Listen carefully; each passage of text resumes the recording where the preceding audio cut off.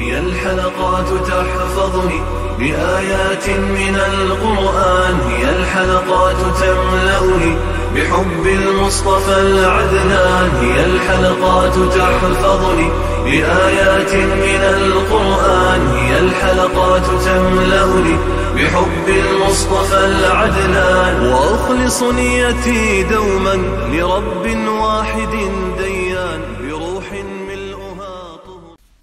Sure Sad tefsiri 26. ayetten başlayıp okuyayım inşallah. Bismillah, elhamdülillah, ve salatu ve selamu ala Resulillah. Esselamu aleyküm ve rahmetullahi ve berekatuhu. Tövende diktanlağa İbn Kesir rahimahullah'ın Kur'an-ı Kerim tefsiri Uygurca tercümesi Sad suresi 26. ayetten başlayıp okuyayım inşallah. Euzubillahimineşşeytanirracim. Ey Davud, seni biz hakikaten yeryüzüde halif kıldık. Kişilerinin arasında adıllık bilen hüküm çıkargan. Nefs haişka egeşmegin ki o seni Allah'ın yolundan azdırdı. Allah'ın yolundan azganla hesap günü yani kıyamet gününü unutganlıkları için hakikaten qattiq azap duchor bo'ladi. Padişah ve huquqdorlarga vasiyat qilish to'g'risida. Bu Allah Teala'nın padişah ve huquqdorlarga ularning kishilar arasida Allah Teala'nın dergahidan nazil qilingan haqiqat bilan hukm qilishi ve uningdan adishib ketmaslik uchun qilgan vasiyatidir. Eğer ula unda kıymasa Allah Teala'nın yolundan gumrahlık çıkıp ketken boludu. Allah Teala özünün yolundan azgan, kıyamet gününü unutulan kişilerge qattiq azap okubat bilen agahlandırış berdi. İbn Ebu Hatem İbrahim Ebu Zer radiyallahu anhu'nun mundaq deganligini rivayet qiladi. İbrahim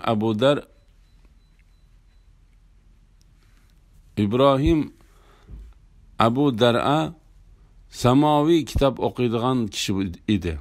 Velid İbni Abdülmelik onunla sen hakikaten ilgi kitabını okuyan adamsan, Kur'an'ı mı okudun ve düşendin, halife hesap tartılamdı dep sordu. İbrahim, ey müminlerin halifesi, sözleyim o dedi. O sözler ver dedi. İbrahim, ey müminlerin başlığı, Allah Teala'nın aldıda sen hürmetlik mi ya ki Davud aleyhisselam mı? Şüphesiz ki Allah Teala onun peygamberlik ve halifelikni bıraklı bergen. Andın kitabında onu kelgüsü azaptan korkutup, ey Davud, seni biz hakikaten yeryüzünde halif kıldık. Kişilerin arasında adıllık bilen hüküm çıkargan. Nefs haişka ergeşmegin ki o seni Allah'ın yolundan azdırdı degen dedi.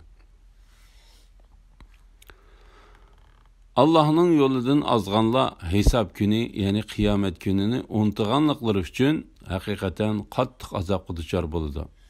Suddi bu ayetni ula kıyamet günü üçün yaxşı amellerini kılışın taşlaganlığı sebebinden qattiq azap duchor buldu deb tefsir kıldı.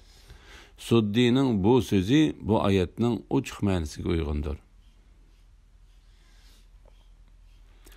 Osmonni, zeminni ve ularning arasidagi şeylerni bekar yaratmadik. U yani ularni bekar yaratilgan deb qarash kafirlarning gumonidir. Kafirlarga devzaqdan voy. İman etgan ve yaxshi amallarni qilganlarni yer yuzida buzg'unchilik qilganlar bilan o'xshash qilamdiq yoki taqvodorlarni fojirlarga o'xshash qilamdiq. Bu ularning oyatlarni tafakkur qilishlari uchun, aql egalarining va'z nasihat elishlari uchun biz sana nazil qilgan muborak kitobdir. Dünyani yaratishning hikmati to'g'risida Alloh taolo insonlarni behuda yaratmaganligi, ularni faqat o'ziga ibodat qilish va o'zini bir va bor deb bilish uchun yaratganligi, ondan qiyomat kuni ularni yig'ib bo'ysung'ichiga savob berdiganligi, kofirni azob bilan jazolaydiganligi haqida xabar berib mundoq deydi. Osmonni, zaminni va ularning orasidagi shaylarni bekor yaratmadik. U, ya'ni ularni bekor yaratilgan deb qarash kofirlarning gumonidir. Ya'ni ular o'lgandan keyin terilishni va oxiratni o'ylamaydi. Balki ular faqat bu dunyoga ishonadi. Kofirlarga dovzaxdan voy. Ya'ni qiyomat kuni ularga tayyorlangan dovzaxdan voy. Alloh taolo adolati va hikmati yuzidan mu'minlar bilan kofirlarning o'tirisini barobar qilmaydiganligini bayon qilib mundoq deydi. Iymon etgan va yaxshi amallarni qilganlarni yer yuzida buzg'unchilik qilganlar bilan o'xshash qilamdiq yoki taqvodorlarni fojirlarga o'xshash qilamdiq. Ya'ni biz hargiz unda qilmaymiz. Ular Alloh taolaning dargohida barobar emas. Ish shundaq ekan, bo'ysung'ichiga savob beriladigan, fojirlar jazolanadigan yana bir dunyoning bo'lishi cho'qimdir. Bu aql o'shi joyida to'g'ri ko'z qarashga ega kishilarga oxirat va hisob kunining cho'qim borligidan derak berdi. Biz haqiqatan haddidan oshqichi zolimning mol-mulkining, farzandining, nozu ne'matining ko'payayotganligini va shu holatda o'layotganligini ko'ramiz. Aksicha Alloh taologa bo'ysunguchining qattiq qayg'u hasrat ichida o'layotganligini ko'ramiz. Bu ikkisiga odillik bilan, insof bilan muomala qilishda cho'qim hikmat bilan ish qilg'uchi, hammani bilguchi, odil, zarrachilikmi zulm qilmaydigan zotning hikmati borligi cho'qimdir. Bu odillik dunyoda yuz bermasa, hisob va barobarlik uchun yana bir dunyoning borligi muayyanlashadi. Qur'oni Karim to'g'ri nishonlarga va ochiq fikrlarga boshlaydiganlik uchun Alloh taolo mundoq deydi. Bu ularning oyatlarini tafakkur qilishlari uchun, aql egalarining va'z nasihat elishlari uchun biz sana nazil qilgan muborak kitobdir. Biz Davudga Sulaymonni ato qildik. Sulaymon nima degan yaxshi banda? U Allohga haqiqatan itoat qilguvchi edi. O'z vaqtida kechqurunligi uningga yaxshi yugurik atlar to'g'rilandi. Sulaymon aytdi: "Men haqiqatan otlarni Rabbimni aslash uchun yaxshi ko'rdim. Ular ko'zimdan g'oyib bo'lguncha ularni ko'zdan kechirish bilan bo'ldim." Sulaymon aytdi: "Atlarni mening oldimga elib kelinglar." Atlar elib kelingandan keyin Sulaymon ularning pochoqlarini, bo'yinlarini silashga boshladi. Davud alayhissalomning o'g'li Sulaymon alayhissalom to'g'risida Alloh taolo bu oyatlarda Davud alayhissalomga Sulaymon alayhissalomni berganligi va uni payg'ambar qilganligidan xabar qildi. Alloh taolo bu haqda mundoq deydi: Sulaymon payg'ambarlikda, ilmda, podshohlikda otasi Davudga varislik qildi. Yana u payg'ambarlikda varislik qildi.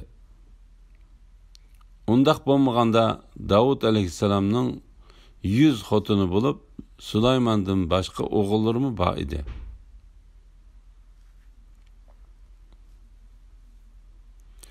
Sulaymon nima degan yaxshi banda? U Allohga haqiqatan itoat qilguvchi edi. Bu Sulaymon alayhissalomga atalgan maqtash bo'lib, u Alloh taologa toat, ibodat va tavbani ko'p qiladi. O'z vaqtida kechqurunligi uningga yaxshi yugurik atlar to'g'rilandi. Ya'ni Sulaymon alayhissalomning sultonlik davrida uning oldidan yaxshi va yugurik atlar o'tkazildi. Mujahid bu vaqtda mundaq dedi. Mundaq atlar o'ri tug'anda 3 putliq bo'lib, 4-chi putining tuviqini yerga sal tekkizib turdi. Salaf ulamolardan bir qancha kishilarmi mushuning o'xshash dedi. Imom Abu Davud Aisha radhiyallohu anhaning mundaq deganligini rivoyat qildi. Payg'ambar alayhisalom Tabuk yoki Xaybar g'azatidan keldi. Aishaning karvati perdelangan edi. Shamol chiqib, perdening bir tarafini ichib etdi. Shuning bilan Aisha radhiyallohu anhaning qo'nchoqlari ko'rinib qoldi. Payg'ambar alayhisalom: "Ey Aisha, bu nima?" dedi. U: "Qizlarim" deb javob berdi. Payg'ambar alayhisalom qo'nchoqlarning orasidan yipdan to'qilgan 2 qanotliq bir otni ko'rdi-da, "Bu nima?" dedi. Aisha: "U ot" deb javob berdi. Payg'ambar alayhisalom: "Otning ustidagi nima?" dedi. U: "2 qanoti" deb javob berdi. Payg'ambar alayhisalom: "Otning qanoti bo'lamdi?" dedi. Aisha radhiyallohu anha: "Sulaymon alayhissalomning otlarining qanotlarining borligini anglamadingizmi?" dedi. Payg'ambar alayhissalom kulib ketdi. Aisha: "Men uning kulginidan hatto ig'iz tishlarini ko'rdim" dedi. Sulaymon aytdi: "Men haqiqatan otlarni Rabbimni eslash uchun yaxshi ko'rdim. Ular ko'zimdan g'oyib bo'lguncha ularni ko'zdan kechirish bilan bo'ldim." Salaf va tafsirshunos ulamolardan bir qancha kishilar Sulaymon otlarni ko'zdan kechirish bilan bo'lib ketib, asr namozining vaqti tugab ketdi. Kesib aytishga bo'ladiki, u buni qasddan qilmadi. Balki unutganlikdan bo'ldi. Bu xuddi Payg'ambar alayhisalomning Xandak kuni Xandak ko'lash bilan bo'lib qolib, asr namozini kun o'ltirgandan keyin o'qigani bilan o'xshashdir.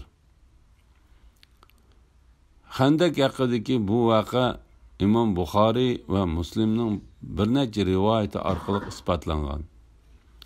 Shu rivoyatlardan birida Jabir radhiyallohu anhuning mundaq deganligi rivoyat qilindi.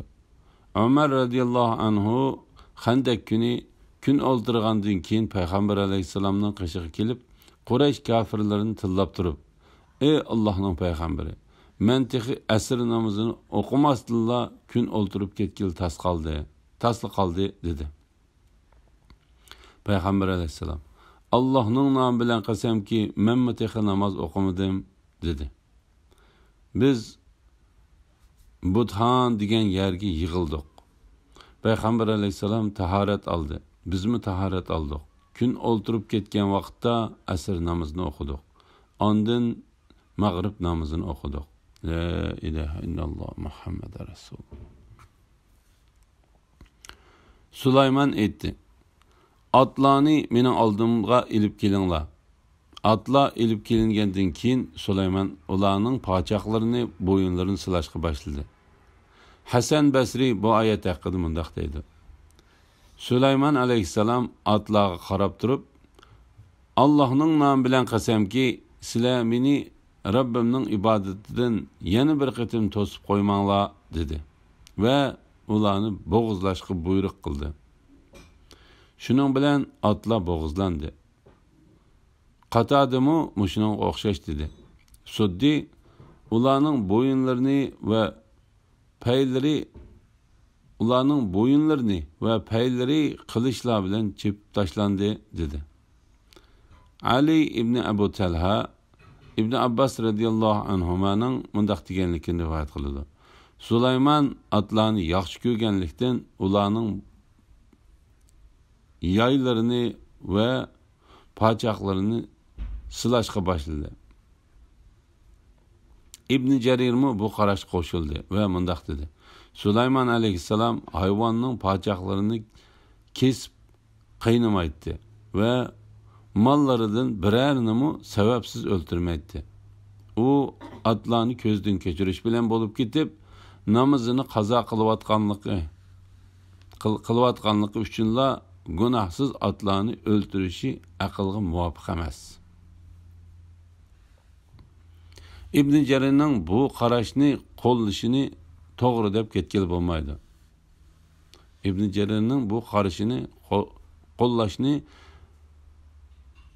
qo'llashini to'g'ri deb ketgil bo'lmaydi. Chunki Sulaymon alayhissalomning shariatida mushundaq ahvol ostida atlarni bo'g'izlash durust bo'lishi mumkin.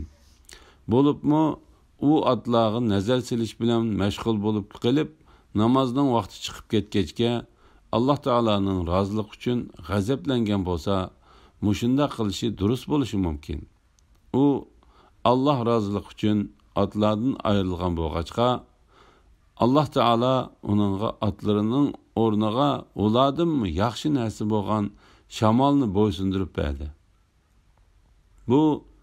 Bu shamolning atiganlik musofasi 1 oylik, kechlik musofasi 1 oylik yo'l bo'lib, Sulaymonning amri bilan Sulaymon nega yo'l olsa, shu yerga qulay holda yurib ketadi. Mana bu otdan tez ham yaxshidir. İmam Ahmad va Abu Qatada Abu Dahma'ning mundaq deganligini rivoyat qiladi. Biz bir sahrolik odamning oldiga keldik. U bizga Peygamber aleyhisselam qo'limni tutib turib, Allah Teala o'ziga o'rgatgan bilimlardan menga o'rgatishga boshladi va sheksiz sen Allah Teala'ga taqvodorlik qilib, biror ishni Allah uchun tashlasang, Allah sana onundan yaxshini berdi degan edi dedi. Biz haqiqatan Sulaymonni sinadik. Onun taxti üstiga bir jasadni tashladik. Ondan u buning sinoq ekanligini bilib tavba qildi. Sulaymon aytdi: Rabbim, menga mag'firat qilgin. Menga mendan keyin mendan boshqa hech odamga muyassar bo'lmaydigan podshohlikni ato qilgin. Sen haqiqatan ko'p ato qilg'uchisan. Biz Sulaymonga shamolni bo'ysundirib berdik. Shamol Sulaymonning buyrug'i bo'yicha u xohlagan tarafga lazam mang'atdi.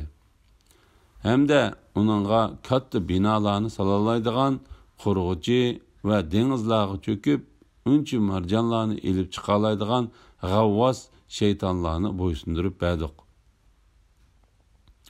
Yana nurg'un shaytonlarga ishkal selingandir. Biz Sulaymonga aytdikki, bu bizning sana bergan keng atoyimiz. Uningdan sen xohlagan kishiga bergin yoki bermagin, bu vaqtda sendan hisob ilinmaydi. U bizning dargohimizda haqiqatan yaqinlikqa va yaxshi oqibatga ega bo'ladi. Allah Teala'nın Sulaymon alayhissalomni sinaganligi, ondan uningga alohida marhamat qilganligi to'g'risida. Biz haqiqatan Sulaymonni sinadik. Uning taxti ustiga bir jasadni tashladik.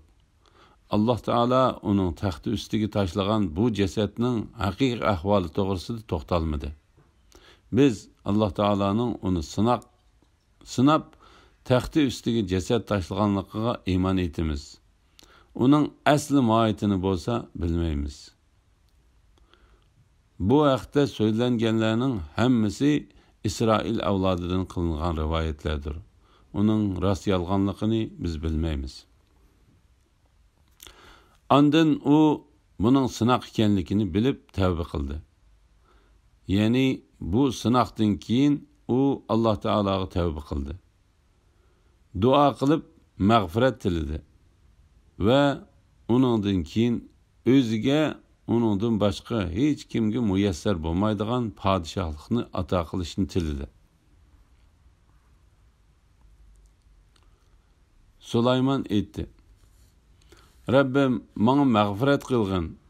Menga mendan keyin mendan boshqa hech odamga muyassar bo'lmaydigan podshohlikni ato qilgin. Sen haqiqatan ko'p ato qilguvchisan. Ba'zi tafsirshunoslar bu oyatning ma'nosi haqida Sulaymon mendan boshqa hech odamga muyassar bo'lmaydigan degan so'zi orqali Alloh taolodan o'zidan keyin o'ziga o'xshash insonlar ichidan hech odamga muyassar bo'lmaydigan podshohlikni so'radi dedi. Bu haqda payg'ambar alayhisalomdan nurg'unlagan sahih hadislar rivoyat qilindi. Imom Buxoriy bu oyatning tafsirida Abu Hurayra radhiyallohu anhudan payg'ambar alayhisalomning mundaq deganligini rivoyat qildi. Haqiqatan oqshom jinlardan ifrit mening namozimni buzib o'tish uchun menga aytildi. Alloh taolo mening uni yengishimga imkoniyat yaratib berdi. Men uni masjidning turiklaridan biriga bog'lab qo'yishni niyat qildim. Shunda qilgan bo'lsam, tong otganda sizlar hammanglar uni ko'rgan bo'lardinglar. Shu asnoda qarindishim Sulaymon alayhissalomning Rabbim menga mag'firat qilgin. Menga mendan keyin mendan boshqa hech odamga muyassar bo'lmaydigan podshohlikni ato qilgin degan so'zini aslab bu niyatimda yondim. Ravh mundaq dedi: Ifrit rasvolachi qo'g'landi. Bu hadisni Imom Muslim va Nasa'iy shundaq rivoyat qildi. Imom Muslim Abu Dardo radhiyallohu anhuning mundaq deganligini rivoyat qildi. Payg'ambar alayhisalom namozga turdi. Biz uning Allohga sig'inib sendan panoh tilayman da'vatxonligini ondan 3 qitim Allohning la'nati bilan sana la'nat o'qiyman da'vatxonligini angladik.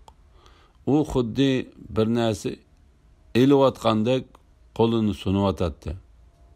U namozni o'qib bo'lganda biz: "Ey Allohning payg'ambari, biz namozda sening burun biz anglab baxmagan so'zlarni da'vatxonligini angladik va qo'llaringni sunayotganligini ko'rdik" dedi. Payg'ambar alayhisalom: Allohning dushmani iblis yuzimni ko'ydirish uchun bir parcha o't yolqinini ilib keldi.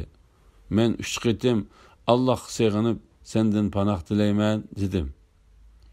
Ondan Allohning to'liq la'nati bilan sana la'nat o'qiyman deb 3 qitim takrorladim. U yanala chekinmadi. Ondan uni tutib bog'lashni iroda qildim. Allah nomi bilan qasamki, qarindishimiz Sulaymon alayhisalomning duosi esimga kelmagan bo'lsa, u bog'langan holda tong otgan bo'lib, Madinaliklarning bolalarining o'yinchiqiga aylangan bo'ladi dedi. La ilaha illalloh Muhammad Rasululloh. Biz Sulaymonga shamolni bo'ysundirib berdik. Shamol Sulaymonning buyrug'i bo'yicha u xohlagan tarafga lazam mang'atdi. Hasan Basri Sulaymon alayhisalom Alloh taoloning roziligi uchun otlarni bo'g'izladi. Alloh taolo uning o'rniga uningdan yaxshi va tiz yuradigan atiganlik musofisi 1 oylik, kechqurunlik musofisi 1 oylik yo'lni basa oladigan shamolni bo'ysundirib berdi. U xohlagan tarafga, ya'ni shaharlardan u xohlagan yerga bora oladi. Hamda uning katta binolarni sala oladigan qurg'uchi, hamda uningga katta binolarni sala oladigan qurg'uchi va dengizlarga cho'kib uncha marjonlarni elib chiqa oladigan g'avvos shaytonlarni bo'ysundirib berdik. Ya'ni katta saroylarni, misdan, aynakdan ajoyib haykallarni, ko'ldek cho'ng leganlarni, cho'nglikdan midirlamaydigan qazonlarni yasay oladigan shaytonlarni, uningdan boshqa insonning qo'lidan kelmaydigan mushaqqatli ishlarni qila oladigan shaytonlarni, dengiz ostidan unchi marvoyitlarni va dengizdan boshqa yerda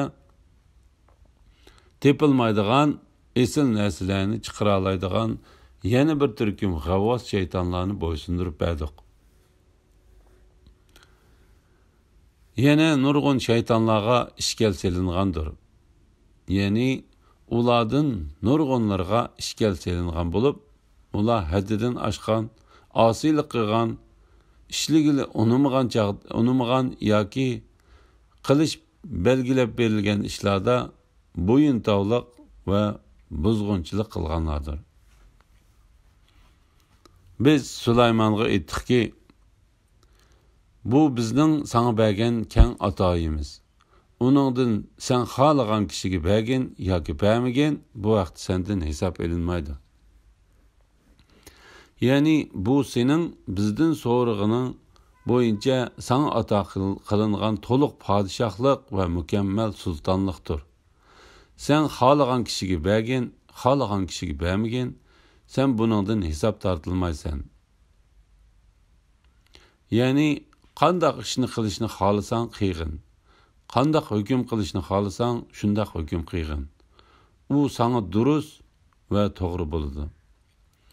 İmam Buxoriy va Muslimning rivoyat qilishicha, Payg'ambar alayhisalomga buyurilgan narsani qilish Alloh taolaning buyrug'iga binoan kishilar orasida adil taqsim qiluvchi bo'lishdek, odatdagi banda sifatlik payg'ambar bo'lish bilan xohlaganga beradigan, xohlaganga bermaydigan, buning uchun hisobga tortilmaydigan va gunohmu yozilmaydigan podshoh sifatlik payg'ambar bo'lishni tanlash ixtiyorligi berilganda, Jibril alayhisalomning maslahati bilan payg'ambar alayhisalom avvalgisini tanlagan edi. Jibril uningga kamtar bo'l degan edi. Shuning bilan payg'ambar alayhisalom avvalgisini tanladi. Chunki u Alloh taolaning dargohida qadri eng yuqori, qiyomatda eng yuksak martabaga egidir. Gerçi ikincisi podshoh sifatlik payg'ambarlik bo'lsa-mu, u hem dünya ve ahireti katta darajaga egidir. Shuning uchun Alloh taolo Sulaymon alayhisalomga dunyoda payg'ambarlik va podshohlikni berganligini bayon qilganda, uning qiyomat kunimi Alloh taolaning dargohida cho'ng nasibiga ega ekanligini aytdi. U bizning dargohimizda haqiqatan yaqinlikqa va yaxshi oqibatga ega bo'ladi. Elhamdülillah, yuqorida Sura Sod tafsiridan 40-oyatgacha angladinglar. Oxirini keyin qitimliq o'qishimiz davomlashtiramiz inshaalloh. Va sallallohu ala Muhammad va ala alihi va sahbihi va sallam. Assalomu alaykum va rahmatullohi va barakatuh.